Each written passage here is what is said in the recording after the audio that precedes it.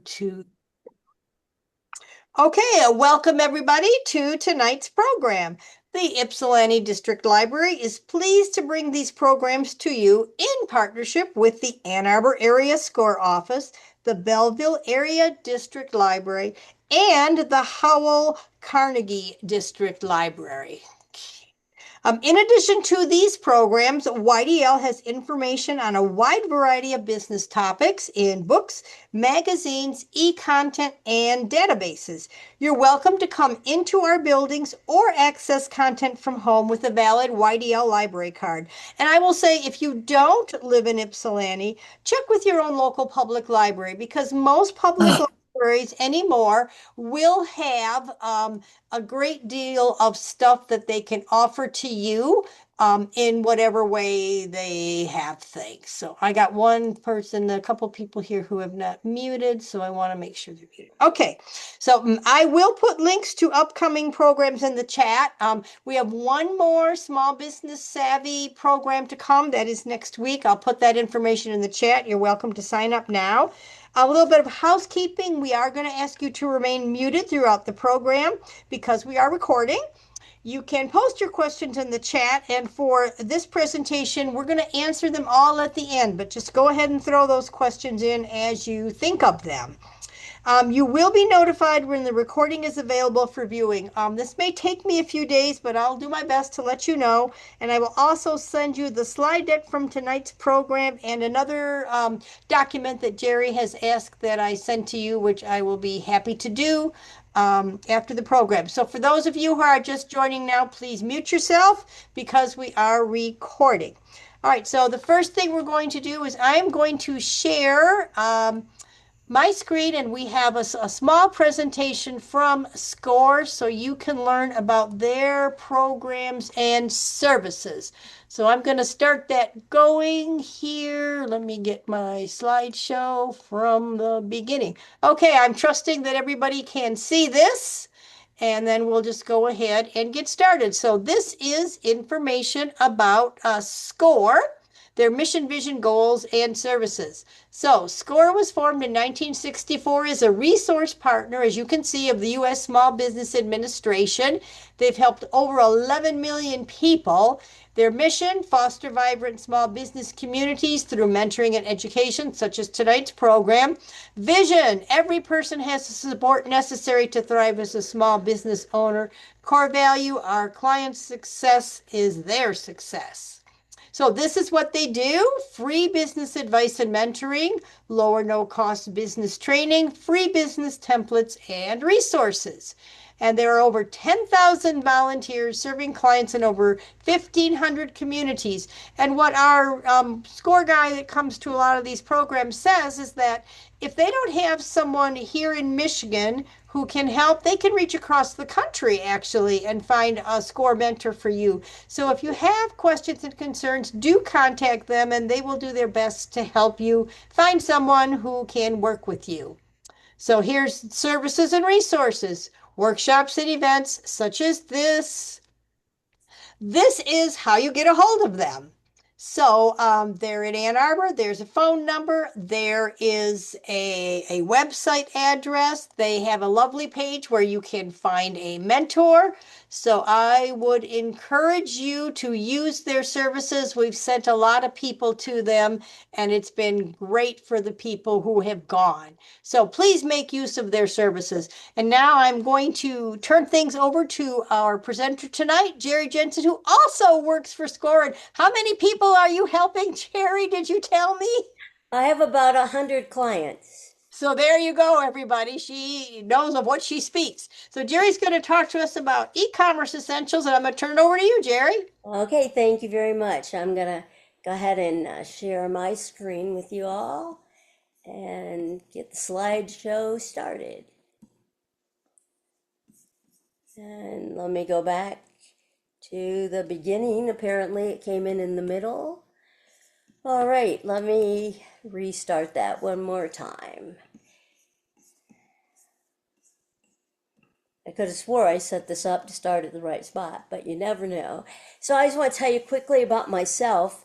My background in e-commerce comes from having an online magazine that was dependent on advertising, and using social media to get the word out about our publications. And we had about 1 million consistent readers a month. And I also now operate an Etsy store.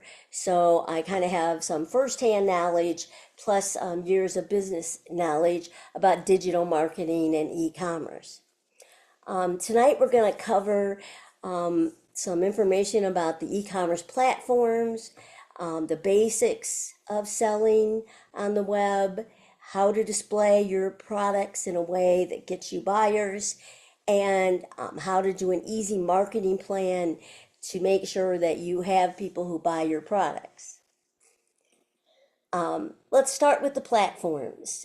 Here are the main platforms in the US at the present time. And as you can see, you probably have all heard about Shopify. WooCommerce is the e-commerce plugin for WordPress. 1/3 of all the websites in the world are based on WordPress platforms. And then we have Wix and Squarespace and Ecwid being the other top platforms.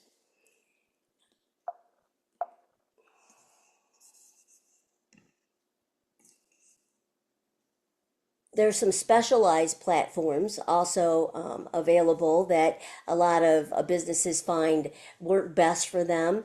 There's Etsy, which is kind of designed for do-it-yourself crafts and for unique handmade products. Big Cartel, which started out specializing mainly for artists, but has expanded some. And they have a free starter e-commerce platform. Etsy also has a free version and a paid version. And there's several more: Go Imagine, Bonanza, Store Envy, Redbubble.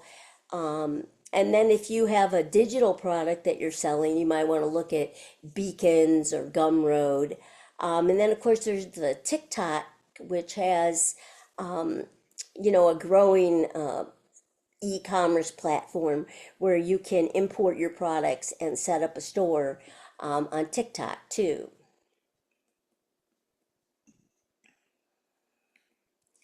One of the things that you want to look at when you're deciding what kind of platform that you want to use, you want to start with it being mobile friendly.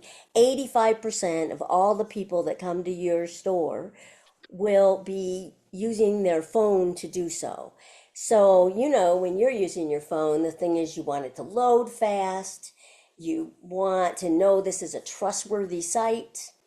And you want to be able to look at the product information and see the images and the videos, and the text needs to be very clear and concise. So you'll really want to check out your store on your mobile device before you go live.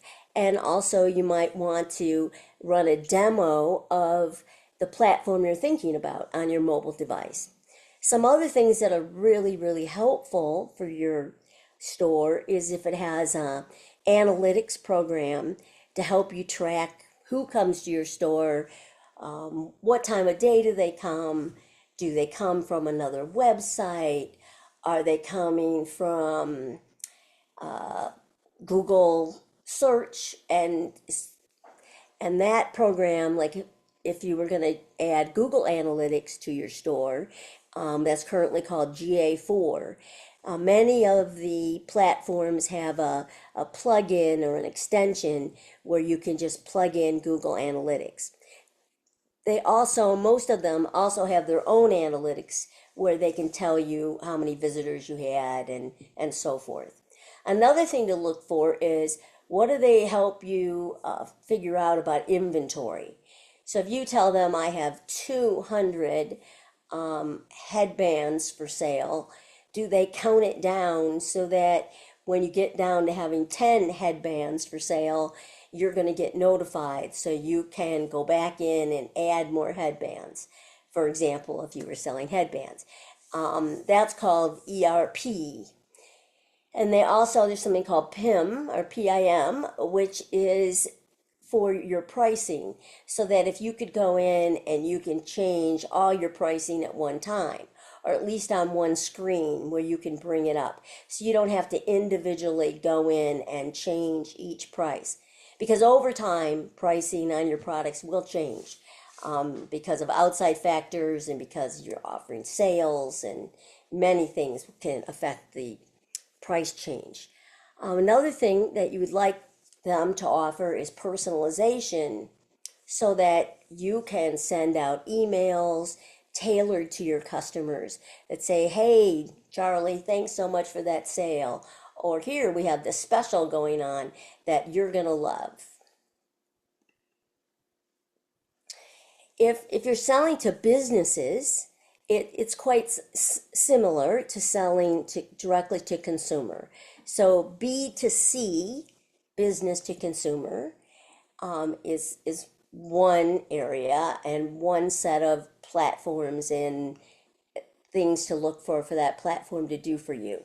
If you're a B2B or business to business, you'll want to look at some different platforms here. Like Shopify has a special one, BigCommerce, Adobe Commerce used to be Magento, which is one of the biggest platforms out there for selling on e-commerce, and several more that you see listed here. You want to look at them in a slightly different way. You want to make sure they have a catalog that you can share. So can your products that are all listed be turned into a PDF catalog that you can email to a customer? That ERP for inventory control becomes even more important if you're selling large quantity and items in bulk to businesses. The CRM, the content relationship management software, where you keep track of your customers' names and addresses, your communications with them, that also needs to be really robust for B2B business. They need to have things like bulk ordering set up for you and being able to send someone a quote. So if you're a business and you're selling to the government and you have to put in a bid, you can use the quote process to create that bid, which would automatically include the name of your product, the details about your product, and everything that the government who would be looking at your bid would need to hear about. Or maybe it's a corporation that you're putting a bid on. The same kind of thing. What kind of management does that offer me in the back end? And then, of course, almost all the things that were listed for the business to consumer that we went over already. But the most important one being mobile ready and really fast for people to use. So it doesn't take a long time to load. You'll need a good web host to make sure those times are fast. Oftentimes the sites that are really slow and sluggish have used up a web host that's a discounter. So you might only have to pay, $5 a month for your web host, but you'll lose most of your customers because they will all vanish because it takes too long for it to load. Okay, so that's the main points about platforms. And so once we have a platform, we want to look at how we actually sell things to people on the web. How does that process work?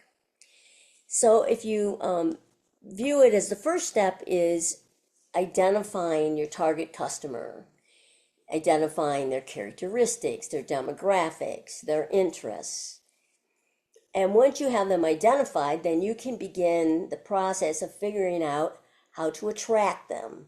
Because remember, they're strangers to begin with, and we have to reach out and attract them to come to our e-commerce website. Once they get to the website, they become visitors. So you'll see statistics on your analytic program that will tell you the number of visitors you had in a day and how long they stayed there and so forth. And what we want to do is to take those visitors and begin to convert them to customers. Now that doesn't just automatically happen just because they came and visit. Oftentimes they don't buy anything the first time they were there. So we want to make sure that we capture some information from them, which is called a lead, so that we can get back in touch with them. We can send them a newsletter, we can send them an email. And so you'll want some kind of lead capture form on your e-commerce site. Oftentimes people offer, sign up for our newsletter and get a 25% off coupon, or get notified for when we have our sales, or download this special report about fall fashion trends. And that way you're going to capture their email address and their name so that you can get back in contact with them and turn them into that customer. And then hopefully, once they're your customer, you have done so wonderful with them and made them so happy. They're just so delighted with you that they go out there and they become your biggest promoters. So let's start with attract. The thing that we want to think about here is this new kid on the block, this thing called generative search engine optimization. It is similar to what you've probably all heard about on just regular search engine optimization, but generative means that the search engines are using a lot of AI to try to figure out and generate the answer to the person's question. So if someone puts in search in Google search, they want a leather handbag, they're going to bring them back pictures of a leather handbag with, a chain to hold it, or they're going to bring them back ones with a gold emblem. They're going to bring them back many different kinds of leather handbags. So that's generative. And then there's search engine optimization, which has been around a long time. And that's the one that's based on keywords and keyword phrases. So I'm going to just pop out of the slideshow here for a second. At least I'm trying to, except it won't let me escape. Take me backwards.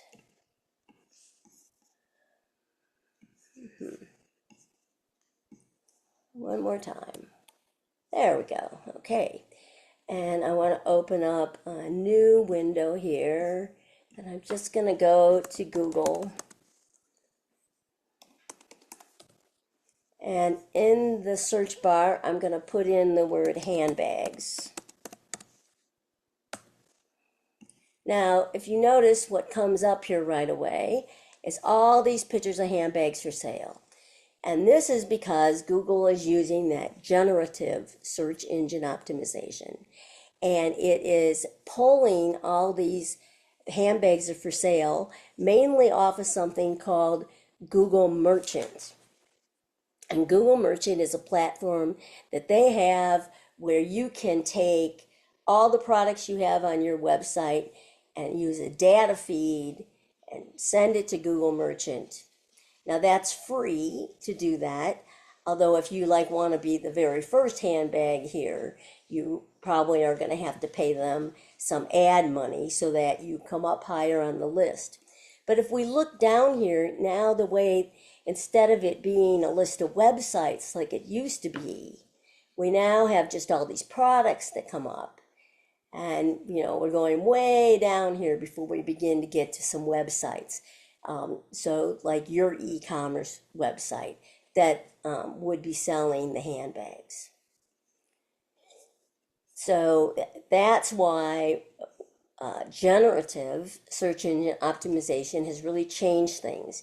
And you have to really think about how you're going to respond to that. And mainly people are responding by joining Google Merchant and by doing ads and other things so that you can come up closer to the top of the list and actually get found. I want to go back to this top part where I put in the word handbags. So if you notice, when I first start typing it, it brings this list of words down. Handbags, vegan, for women, for girls.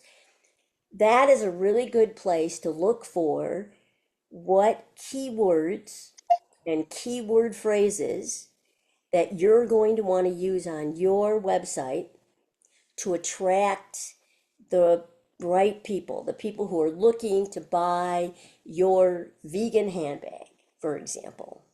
You also want to scroll down to the bottom, see, make that go away. So down here to the bottom, and look at this, it says, find related product searches and looking for things people also searched for. Here we go, even further down. People also search for, and there is a handbag type, designer. Those are also keywords and keyword phrases that if they apply to your products, I would encourage you to put in your titles and your descriptions and throughout your website in order to attract people. Okay, and I want to go back to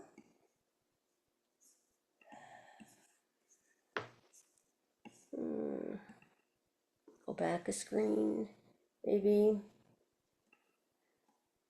No. All right, so I'm just going to put Amazon here in the box. And I want to go to open up Amazon. And I'm going to do the same thing. I'm going to type in handbags. And this is going to give me another list of similar keywords and keyword phrases. You know, and if I was selling handbags, I probably would also put in the word purses and see what that brings up. And that, again, those provide me with my keyword and my keyword phrases for bringing people to my website and for my search engine optimization. That is what the robots that are owned by Google go out and look for. And so now I'm going to completely go back and have to re-find my presentation since it kind of vanished on me there. But the good part is I can come right down to the right page and reopen that for you.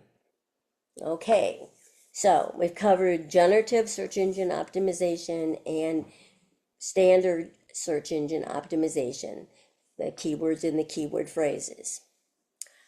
The other things you're going to want to do to attract people to come to your store is you want to use social media. You can set up a calendar so that you can get all your posts ready ahead of time and schedule them to post like every other day. It's important that you post consistently. That's the most important part. You know, post two or three times a week. Some product, something about your business to keep people engaged and hearing about you. You'll want to add a blog to your store. Even Shopify has a way you can add a blog. And on your blog, you're going to want to be thinking about this AI. And you know, when you go to AI and ask a question and it brings up the answer and it gives you some resources, some websites that you can go to learn more information. And you're going to try to be, you know, found by AI and listed as a resource. So one could write an article, if I stay in the fashion lane, something like fashion trends for fall of 2026. Or maybe I would title it something like, what are the fashion trends for fall of 2026?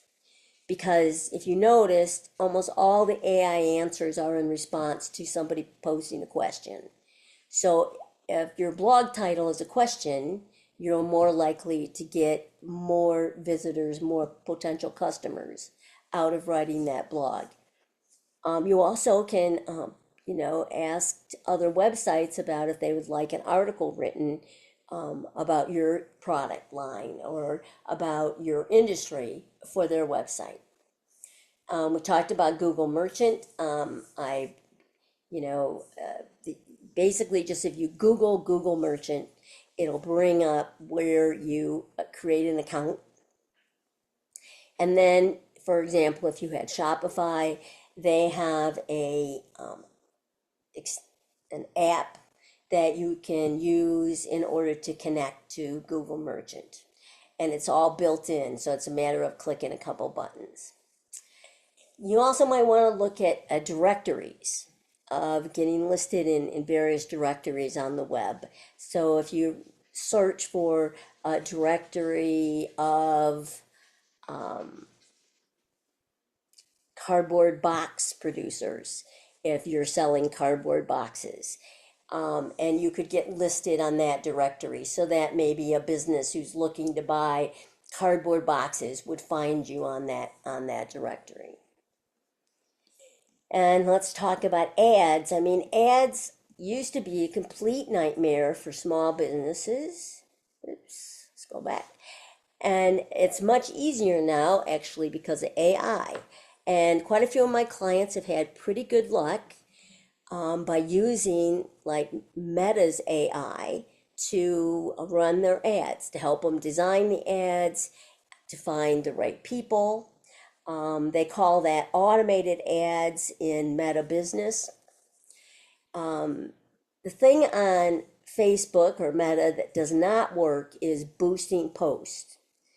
All that boosting posts does is bring them back to the Facebook page. And instead of like them going to your website. And what we really want them to do is to come to your e-commerce site. Almost all of the social media has a paid program. LinkedIn has ads. If you're selling business to business, that might be a really good place to post. So that your ad is, if you're selling forklifts, it's going to be shown to people who own construction companies and not to people who work on Wall Street. So you can really define exactly where you want your ads to be shown.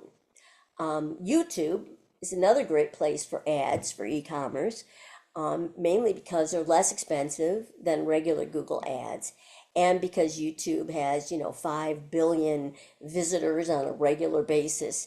So you get a lot of opportunities to show your product, and they try to show your product on a website that there's some synergy, hopefully, that you're showing it to the right people. Instagram, you also can buy ads there. You can also set up an Instagram store, which again is a data feed. So if I have a website on Wix, my e-commerce site, I can connect it so that my products also show up on my Instagram store. And that is, again, an extension in the back end of Wix that you have to turn on. Pinterest ads work really well for some products. Pinterest attracts mainly women, mainly younger women, but a lot of them will buy products. They have a very high engagement and purchase rate from Pinterest. And there's WhatsApp, and then of course there's Google Ads, which is the most expensive. And I would not recommend Google Ads unless you are selling something that's, expensive, that you have a really high profit margin on. So it's great if you're selling cars, but it's really deadly if you're selling t-shirts, because you'll never make as much in profit off the t-shirts as it'll cost you to run a Google ad. And there's also many other ways to attract visitors. One of the things I love to do is to go into ChatGPT or any of the AI robots and ask them, what's the best way to advertise so the best way to advertise greeting cards is, and they should be able to provide you a list of, answers based on what other greeting card companies do.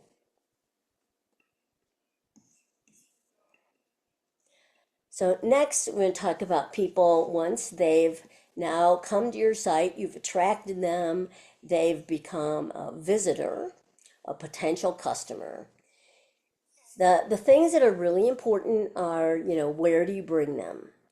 If you have a product that you can sell to college graduates and soccer moms and senior citizens, so I got a product that any one of them could use.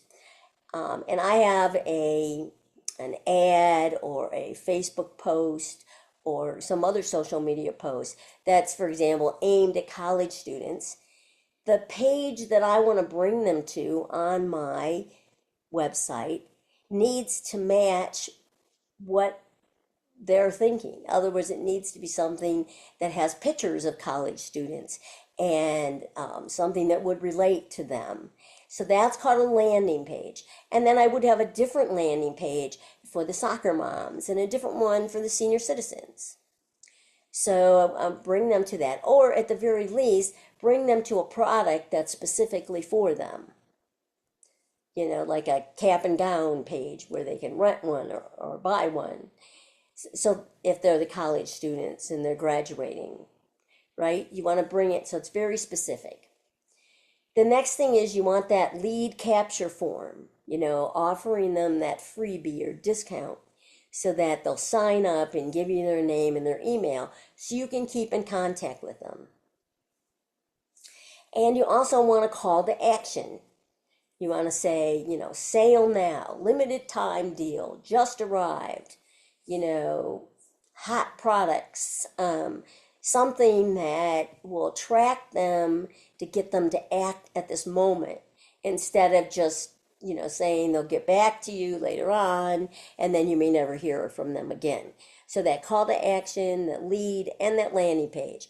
Once you got that potential customer, get all those right and you really increase your odds.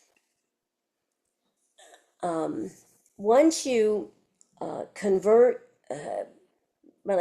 people to customers. So I've got the lead and I'm sending them the newsletters and I got a good workflow going. So you'll want to sit down and plan that workflow so that you're consistently communicating to them. And if you promise that you're going to have a sale next week, you actually have the sale next week. And you want your information that you're giving them about your products to be really clear and understandable. And you want your process, your checkout process especially, be very transparent, very easy to follow. And those things all move those potential customers into the customer category. Now, once we've got them as customers, we want to delight them and get them to help you grow. And that means they begin to promote you and tell all their friends about you. So you want to think about what you're sharing with them. You want to ask them to share it. You want to ask them for reviews. Personalization really helps with that.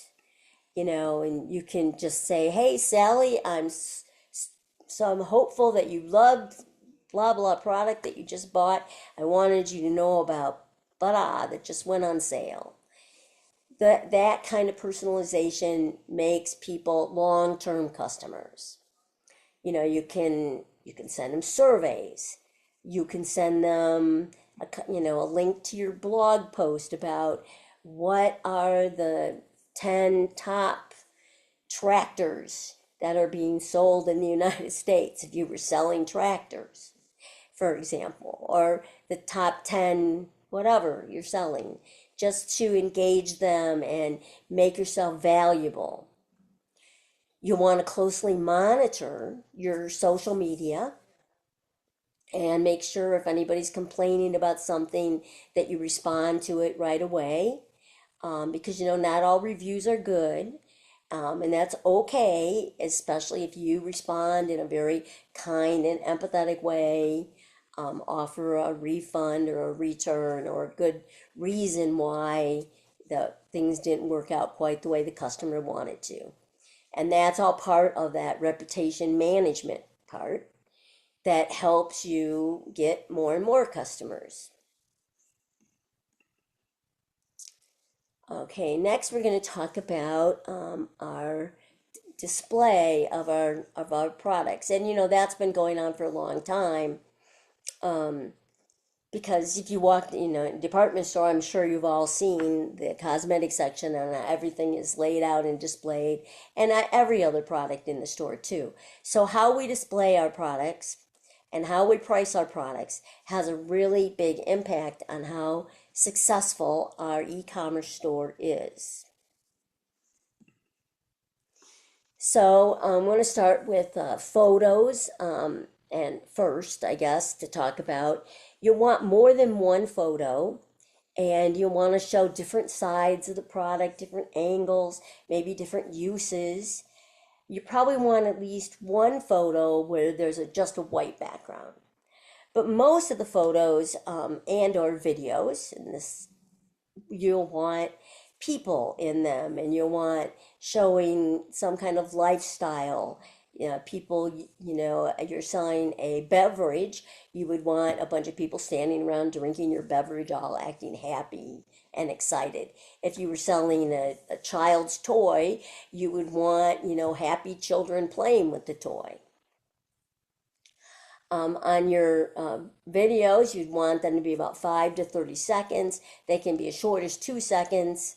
But I find, it usually takes at least 5 seconds to somebody to focus in enough to understand what you're talking about. You want to do maybe a full surround of the product and the video. And again, you want to, use lifestyle. So, these photos, don't just magically appear, unfortunately. If you're selling e-commerce products through a drop shipper, which means that the products come from another company, they show up on your site, you sell them, and then the drop shipper ships the product out to the person. They usually send you some pretty standard photos of the product. So you're going to want to enhance those photos and add more photos.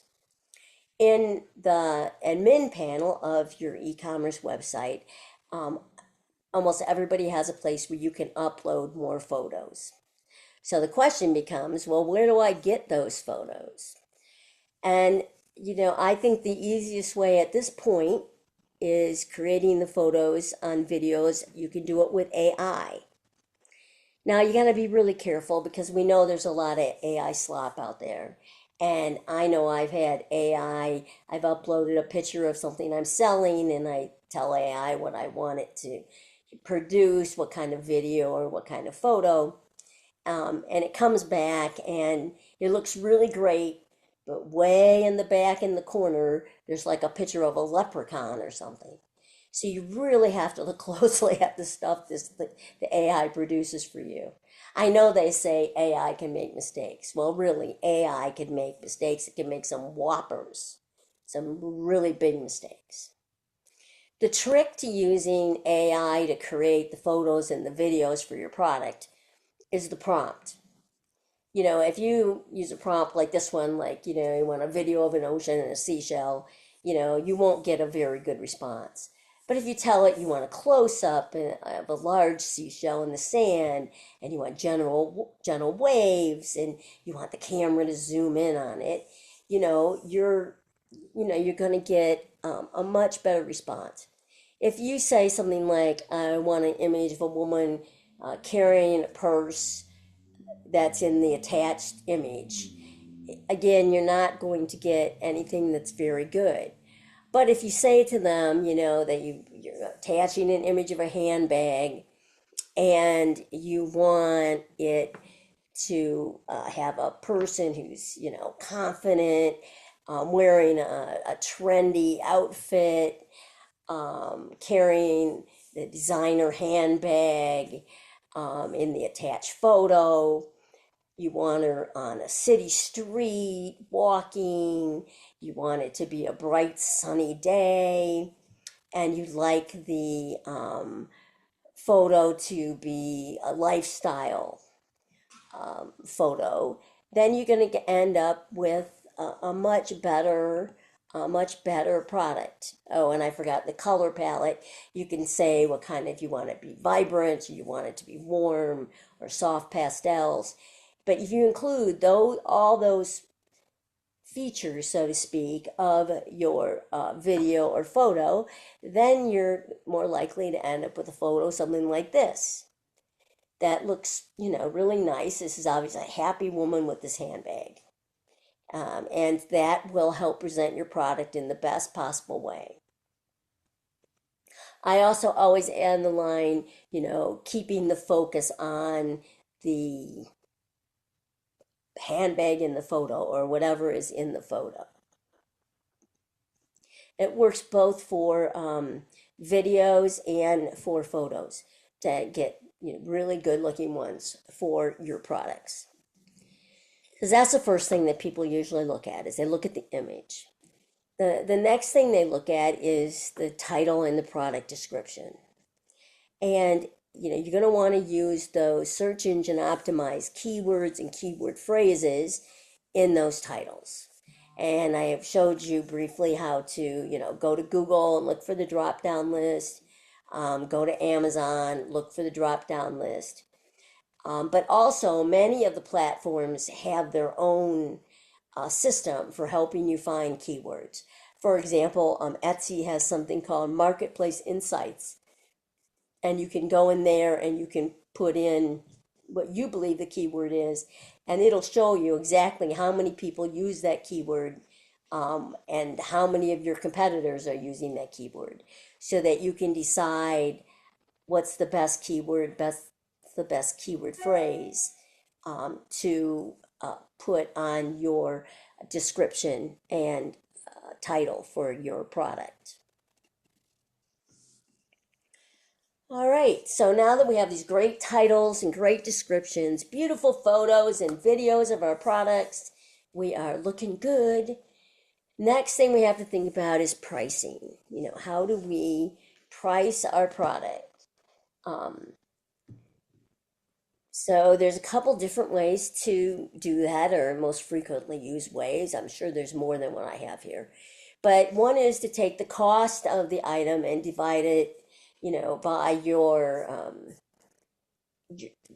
the desired margin, and then you add that. So you end up with, so if I wanted, for example, to make 40% profit, which is kind of the rule of thumb to make at least 40%.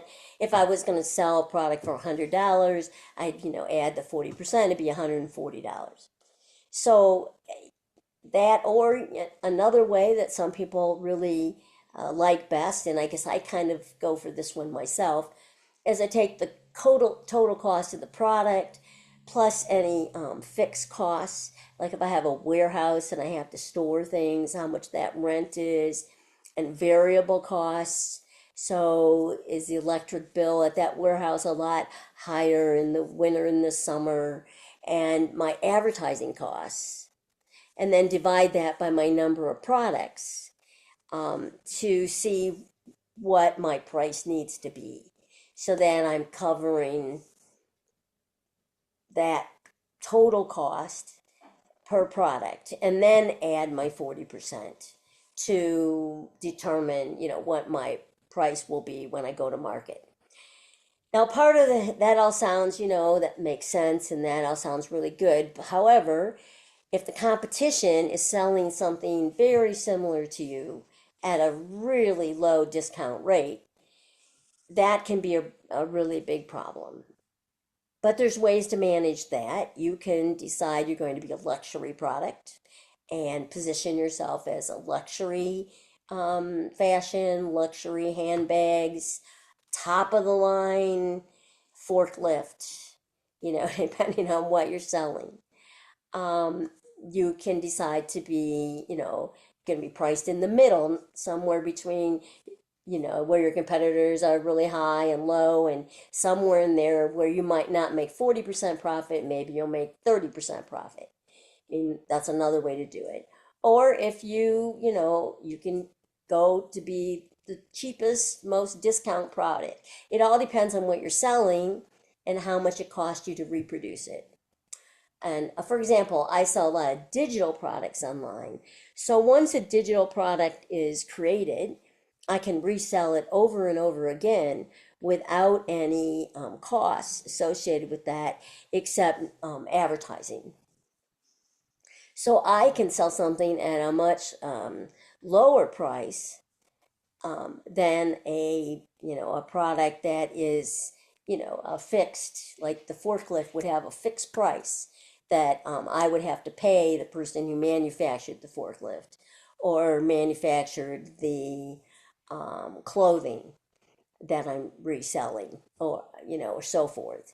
So pricing is more of art than a science in a lot of ways, but do make sure you try to include all your costs and then determine a level of profit on top of that to make all your hard work worth it.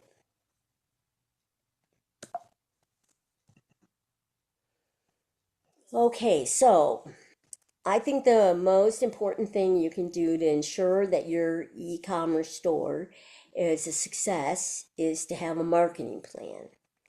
And I have a form that Ms. Drummond will send to you from the library after this presentation um, that you can use. But I'll just briefly kind of go over the form. We're going to start with our objective. I want to sell $20,000 worth of product this next year, for example, or whatever it is that you really want to do. Then you want to list your products and services so that you have a really clear idea of exactly what that is. And if you have a drop ship store and you have 500 products coming in, just list your categories. Then clearly identify that target customer, their characteristics, their demographics, their subscriptions. Where would they have a subscription at? So that I know where to attract them, where to go to find those customers. Where do they frequent? What products have synergy with them? If I'm selling a pair of earrings, is there a place that specializes in selling a necklace or some other jewelry that I can work with or piggyback onto? And who influences them? Are there are there main products? Are people trying to look like Gucci? Um, are they interested in only Coach handbags?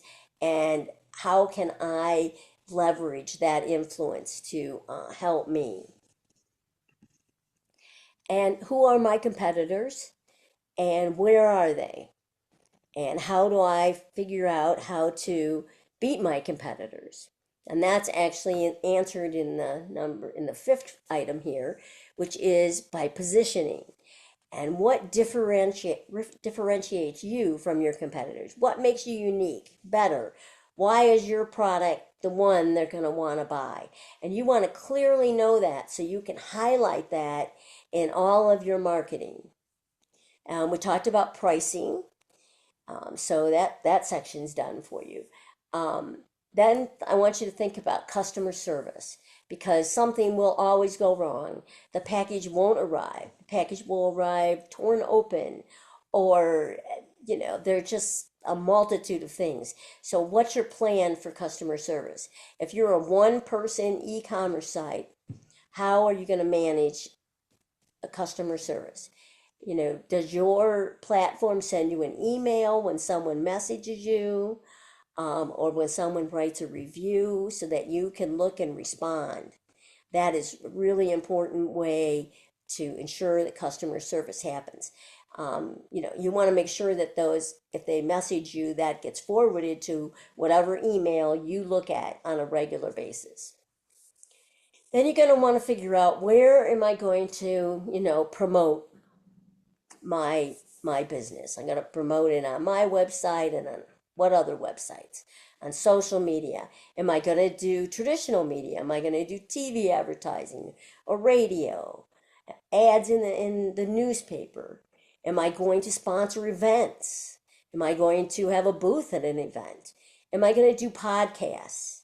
So what exactly are you going to do to promote it? And you can, go through the whole list. Don't forget things like Google Merchant, which is like a marketplace. Or if you're selling a luxury goods, there's some of the upscale stores that have a marketplace, like Saks Fifth Avenue or I think Nordstrom, but I'm not positive. But you can look at various kinds of marketplaces where you want to promote your product. Um, and then for all of this to happen, the two final steps, the budget and the action plan. So the budget, of course, is based on what kind of resources you have to bring to the table. So if you're just a one-person show and you're starting on your own and you have a really low budget, then you're going to want to say, okay, so I'm going to put all of this great marketing energy into organic, into search engine optimization, into social media, into all the things that I can do that don't cost me ad money. If you have ad money and you may have some budget, you want to pick, running some ads to help get you started and to sell products that, are hot.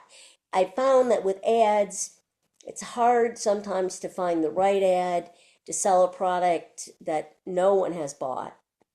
But if I have a product that is selling a little bit, at least, a few at a time, that I can then take that product and put that in an ad and I'll sell many more because I did something right. I have the right photo or the right video, or I have the right title or description. So, because it's working and I can make it work a lot better by running ads.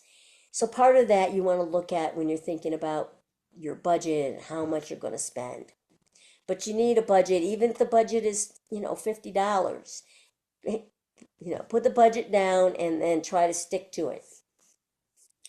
And the action plan. The action plan is where you're going to take all this stuff and say, okay, this week I'm going to work on traditional media. Next week I'm going to do a podcast. On week 3, I'm going to look for events to sponsor. That you actually make a plan of when you're actually going to carry out and begin to implement some of these many things you can do to market your e-commerce store.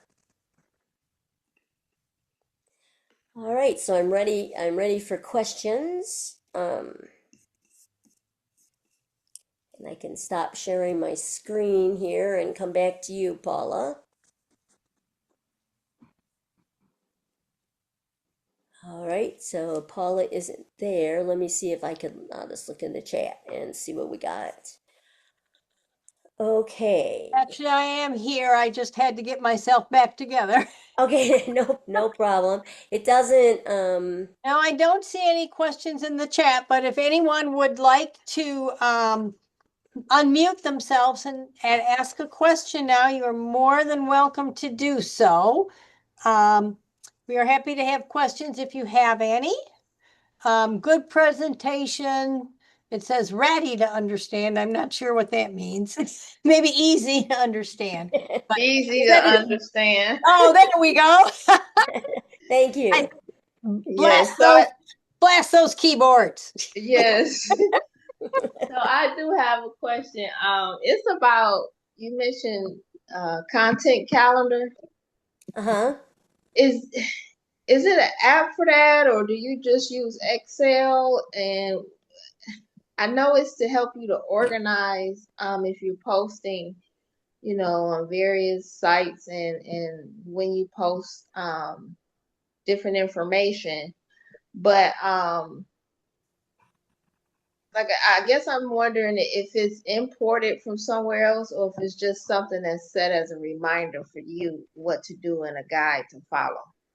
But actually, it can be either or both. If a spreadsheet works for you to go and figure out, what you want to say in the post and what image you want to use. And then, you have your own calendar reminder that tells you to go post it. That's fine. Or you can use one of the services online to help you do that, where you could go in and set it all up, and then it would automatically at 8 p.m. on Thursday night post, ta-da, for you on whichever the social platforms that you chose. But you do have to pay for those. And they run, anywhere from, $30 a month and up. Thank you. hmm How do we find opportunities to purchase from wholesalers to start a new business? Well, I guess Google would be the first place I would go. And I would look at if you're gonna do American wholesalers, I would do, or USA wholesalers as a search and bring up a list. You could ask Chat GPT to produce you that list too, and it would produce a list for you. If you want, you know, all wholesalers and you want to go overseas, again, you could ask AI. Alibaba probably being the biggest one. They're in China, but they have about every product known to man on Earth. But the problem with that we know has been the tariffs, and we don't know what's going to happen with all that. So if you can find it something stateside, it would be better. Anything else, anybody?